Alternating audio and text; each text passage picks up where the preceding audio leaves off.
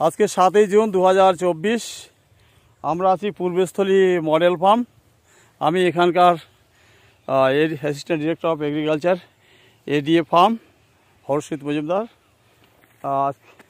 আজকে আমাদের dry seed bed তৈরি হলো। 2024 পেজে আমন ধান চাষের শুরু হয়ে গেল।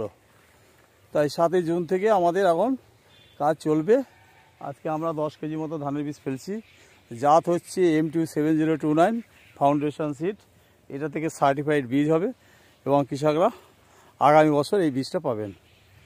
তা আমরা এই যে ডাইতে বীজটা ছড়িয়ে দেওয়ার পর এই যে নারকেল গাছের তাল গাছের বাঁকড়া দিয়ে এটাকে আমরা এইভাবে ঢেকে দিচ্ছি। কীভাবে ঢেকে দিচ্ছি একটা দেখাতো থেকে ভাই।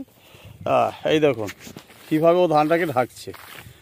বাবলু মির্জা আমাদের কৃষি শ্রমিক।